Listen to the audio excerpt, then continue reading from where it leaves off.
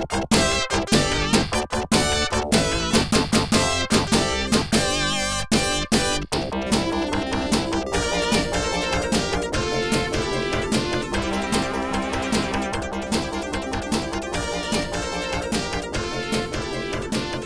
so in this video, we're going to continue kind of building off of the last video where we talked a little bit about the velocity versus time graphs, where we get into something called cake.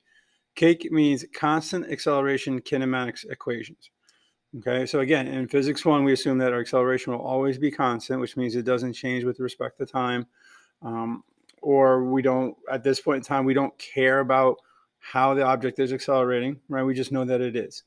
So again, the cake stands for constant acceleration kinematics equation. Sometimes you'll find books or websites or teachers will call these the motion equations. Okay, and they'll always put that little caveat to saying that these are under constant acceleration. Now, it is a set of 4 equations that allows us, again, to model the motion of an object. So we talked about various models, right? Describing the motion. We talked about the graphs. And now we're going to talk about another way to model, which is the equations. And the way you think about it, there's 5 variables in each equation. Each equation is missing one of those 5 variables, but one of them, initial velocity, appears in all of them. Okay, you can see it says present in all the equations. So the 5 variables are displacement, initial velocity, final velocity, acceleration, and time. Okay.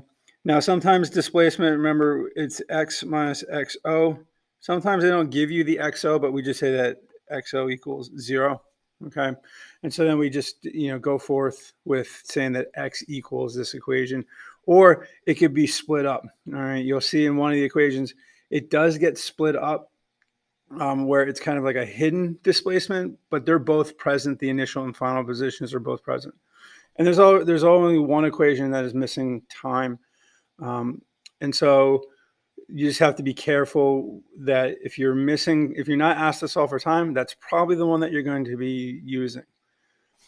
Okay. And then the 4th equation does not appear on the formula sheet on the AP test, but we talk about it. And so you'll see the first 3 will be on the equation sheet. The 4th one will not be on the equation sheet.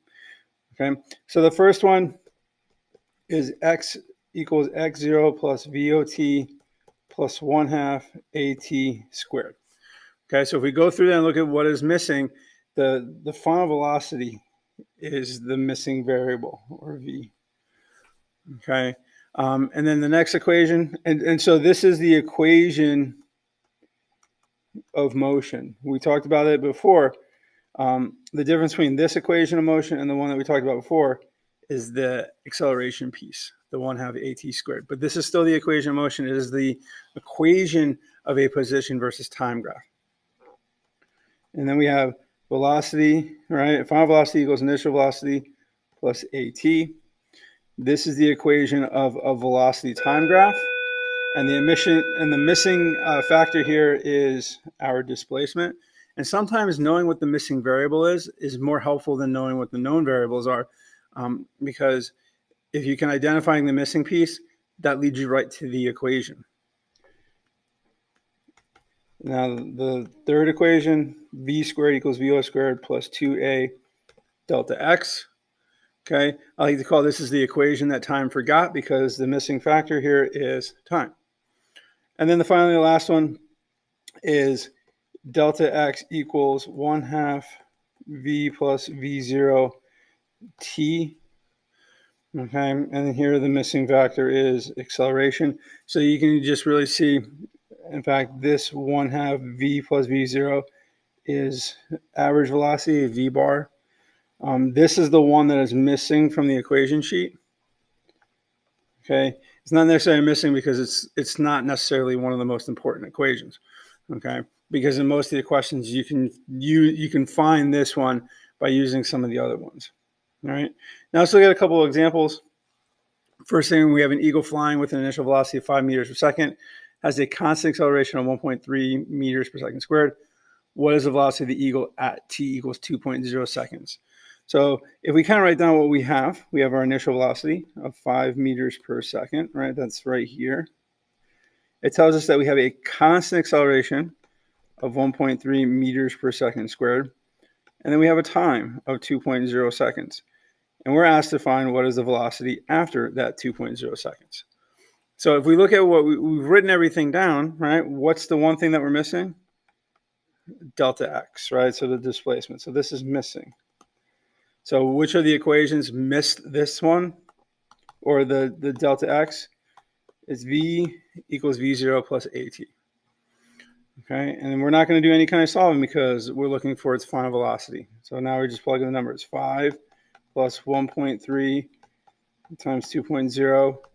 So it's 5 plus 2.6. And so after 2 seconds, it is now moving 7.6 meters per second.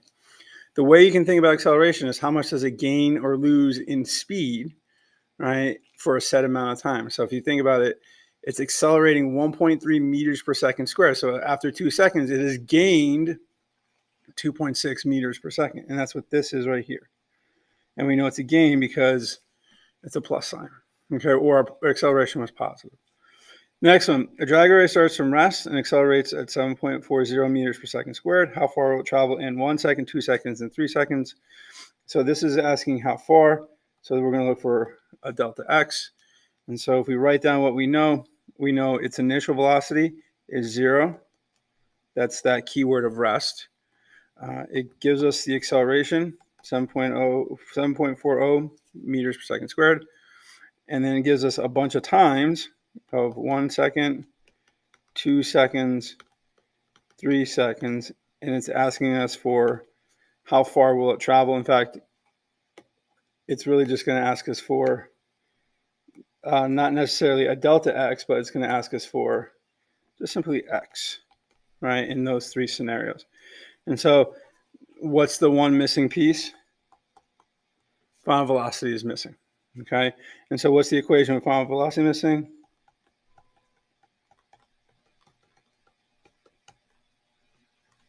It's our x equals x0 plus VOT plus 1/2 AT squared. Now, before we plug in, we can really cancel out some things here. Initial position we just call 0. It tells us it starts from rest. So the only piece of this equation I'm looking at is 1/2 AT squared. So part A says x equals 1/2 times 7.40 times 1 squared. Well, that's going to be 3.7 meters. Part B is x equals 1/2 times 7.40 times 2 squared. And so that's going to be, let me blow this up a little bit. Find my calculator. So it's going to be 7.40, so 3.7 times 4. So turn on 3.7 times 4. So it's going to be 14.8 meters. And sorry for kind of scrunching that in there because I got to save a little space.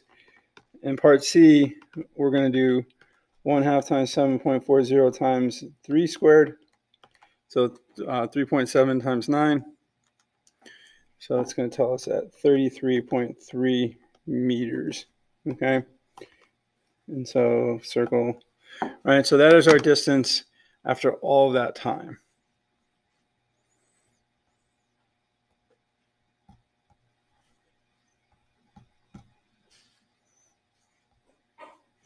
All right, now here's another example. It says a park ranger is going to be driving. The deer is 20 meters ahead of them.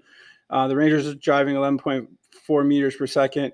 And it's going to ask us how much distance is required for the ranger to come to rest and how much time is required for the ranger's vehicle to stop. And so they tell us that he's going to go, his displacement is going to be 20 meters. He's initially moving at 11.4 meters per second. He comes to a stop, so his final velocity will be 0 meters per second, and then his acceleration is negative 3.80 meters per second squared.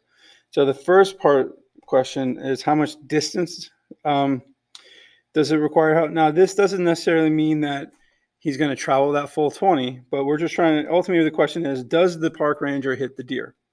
And then part B, how much time is required. Okay, and so I've got a little bit of, I can do some things here. So the first question, the piece that I'm missing is time, but I have an equation that has no time and solves for delta x. So delta x is going to be v squared minus vo squared over 2a. If you do your algebra, so delta x is going to be 0 minus 11.4 squared over 2 times negative 3.80. Okay, make sure you do include the negative sign, because sometimes if you don't, you'll end up with a negative displacement, which is not wrong, but in this case, we know that it's going to be, he's moving in the positive direction. So his delta x, or his displacement, will be 17.1 meters. So the good thing is he does not hit the deer, right? So he comes to stop well before the deer. Okay, so the deer looks like that in the picture, but then does not have to worry. Now, how much time is required? My recommendation is don't use the previous answer in the event that it is wrong. So we have an equation that does not have displacement in it, but solves for that has everything else. So we go 0 minus 11.4 over negative 3.8. So 11.4 divided by 3.8. And it's going to tell us that he's going to stop in 3 seconds. Okay, so that's constant acceleration kinematics equations.